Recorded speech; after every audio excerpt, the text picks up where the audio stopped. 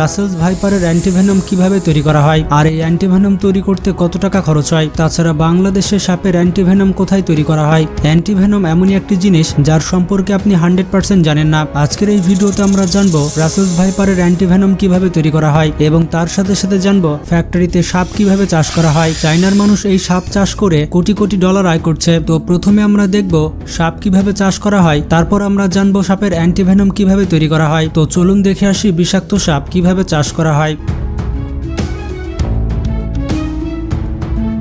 চায়নাতে এমন একটি গ্রাম রয়েছে যেখানকার 95% মানুষ সাপ চাষ করে থাকে, কারণ চায়নাতে সাপের মাংস অনেক জনপ্রিয়। তাছাড়া সাপের বিষ দিয়ে বিভিন্ন ঔষধ তৈরি করা হয়। শুধু এতটুকুই নয়, চায়নাতে সাপের রক্ত দিয়ে এবং পিত্তথলি দিয়ে বিভিন্ন ধরনের ওষুধ তৈরি করা হয়। এগুলো দেখার পর আপনি সত্যি অবাক হবেন। যদিও সাপ চাষ করা এতটাও সহজ কাজ নয়, এই কাজে যারা জড়িত থাকে তারা তাদের নিজের জীবনের ঝুঁকি নিয়ে কাজ করে। সর্বপ্রথম 1980 সালে চায়নার জেসাও গ্রামে মিস্টার ইয়াং ই চাং এই সাপ চাষ শুরু করে। সে জঙ্গল থেকে সাপ ধরে এনে সাপ চাষ শুরু করেছিল। পরবর্তী কিছু বছরেই তিনি সাপ চাষ করে অনেক কোটি টাকা আয় করেন, কারণ এই বছরগুলোতে তিনি ডিম থেকে বাচ্চা বের করতে সফল হয়েছিলেন। এমনকি তিনি ডিম থেকে 30,000 বাচ্চা বের করেছিলেন। দিন দিন তার সফলতা দেখে গ্রামের বাকিরাও সাপ চাষ করতে শুরু করে এবং ধীরে ধীরে গ্রামের বেশিরভাগ মানুষ সাপ চাষের কাজ করতে শুরু করে। এই গ্রামে বিষাক্ত এবং বিষেন দুই ধরনের সাপ পালন করা হয়। বিষাক্ত সাপের মধ্যে রয়েছে green snake, black snake, king cobra, black mamba সহ আরও অনেক প্রজাতির সাপ।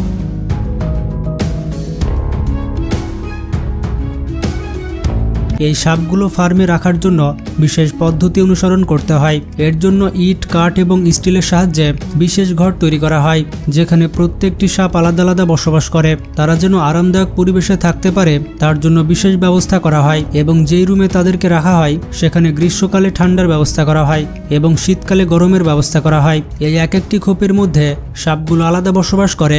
শুধুমাত্র যখন তাদের মিটিং সিজন আসে তখন পুরুষ এবং মহিলা সাপ একসাথে থাকে। ফিমেল সাপ প্রতি বছর 30 থেকে 40টি ডিম পারে।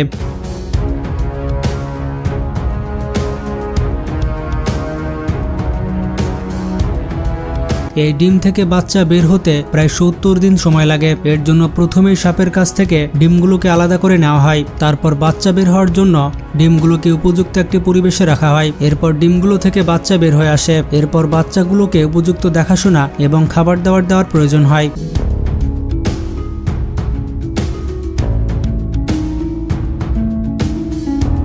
অনেক সময় এই বাচ্চাগুলোর নিউমোনিয়া এবং ডায়রিয়া হয়, আর এই রোগ প্রতিরোধ করা তাদের পক্ষে সম্ভব নয়, যার কারণে তারা সবসময় বাচ্চাগুলোকে নজর রাখে যাতে কোনো বাচ্চার রোগ হলে তাকে অন্য বাচ্চা থেকে আলাদা করে নেওয়া যায়। এতে করে ক্ষতির পরিমাণ কম হবে।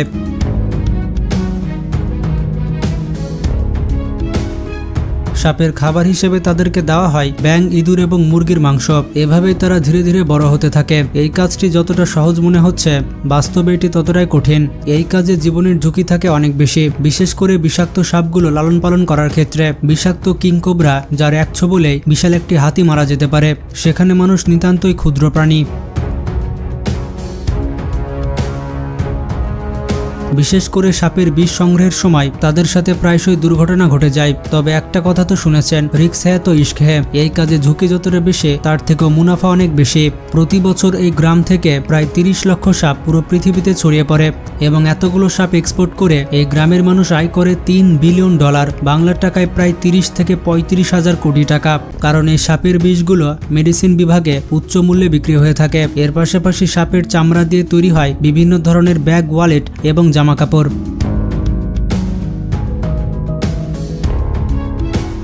সাপের মাংসের স্যুপ সহ সাপের বিভিন্ন রকমের খাবার চায়না এবং জাপানে অত্যন্ত জনপ্রিয়।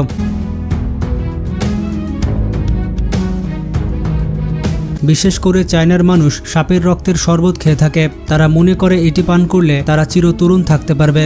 শুধু এতটুকুই নয়, কাচের জারের মাধ্যমে বিশেষ মেডিসিন ব্যবহার করে সাপকে বছরের পর বছর ভিজে রাখা হয়। এতে তৈরি হয় বিশেষ সাপের মদ। মজার ব্যাপারটি হচ্ছে, এই সাপের মদ কিম জং উন খেয়ে থাকে। কিম জং উনের সাপের মদের কালেকশন রয়েছে।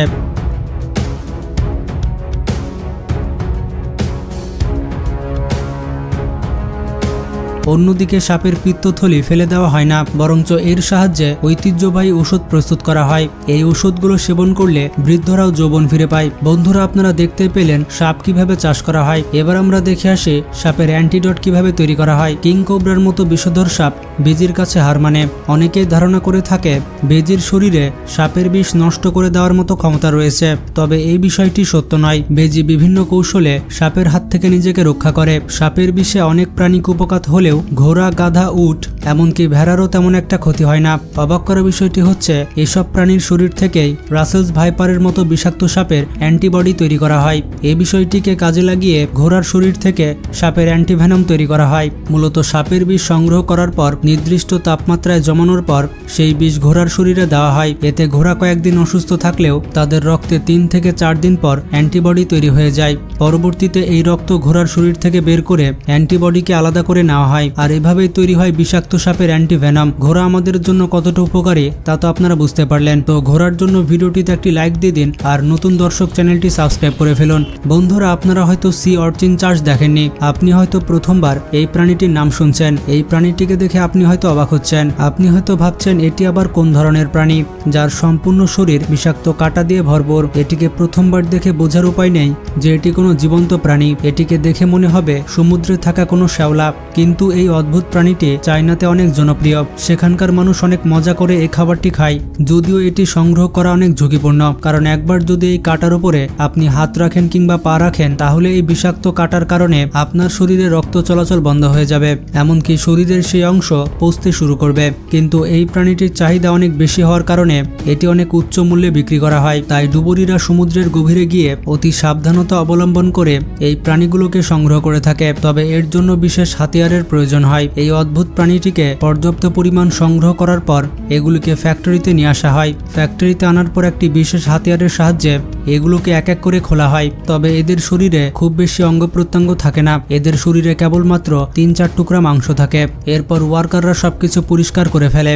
এরপর মাংসগুলোকে আলাদা করে রাখা হয়। আরেকজন ওয়ার্কার রং অনুযায়ী মাংসগুলোকে আলাদা করে। প্রাপ্তবয়স্ক আর অপ্রাপ্তবয়স্ক সি অর্চিনের রঙের মধ্যে পার্থক্য রয়েছে। এরপর এগুলোকে ভালোমতো পরিষ্কার করে প্যাকেট করা হয়। প্যাকেট করার পর এগুলো বাজারে পাঠিয়ে দেওয়া হয়। বন্ধুরা, বর্তমানে সাপের উপদ্রব অনেক বেড়েছে, তাই আপনারা সবসময় সাবধানে থাকবেন, কারণ রাসেলস ভাইপার বলে কয়ে আসে না। রাসেলস ভাইপার অত্যন্ত চালাক একটি সাপ। এটির দাঁতগুলো শুয়ের মতো চিকন হয়ে থাকে। এটি এক কামড়ে সব বিষ ঢেলে দেয়। বিশেষ করে এগুলো ফসলের ক্ষেতে পাওয়া যায়, তাই ফসলের ক্ষেতে যাওয়ার সময় স্পেশাল বুট ব্যবহার করুন। এর পাশাপাশি হ্যান্ড গ্লাভস ব্যবহার করবেন। তো ভিডিওটি ভালো লাগলে বন্ধুদের সাথে শেয়ার করতে পারেন। নিজে ভালো থাকবেন, অপরকে ভালো রাখবেন। আল্লাহ হাফেজ।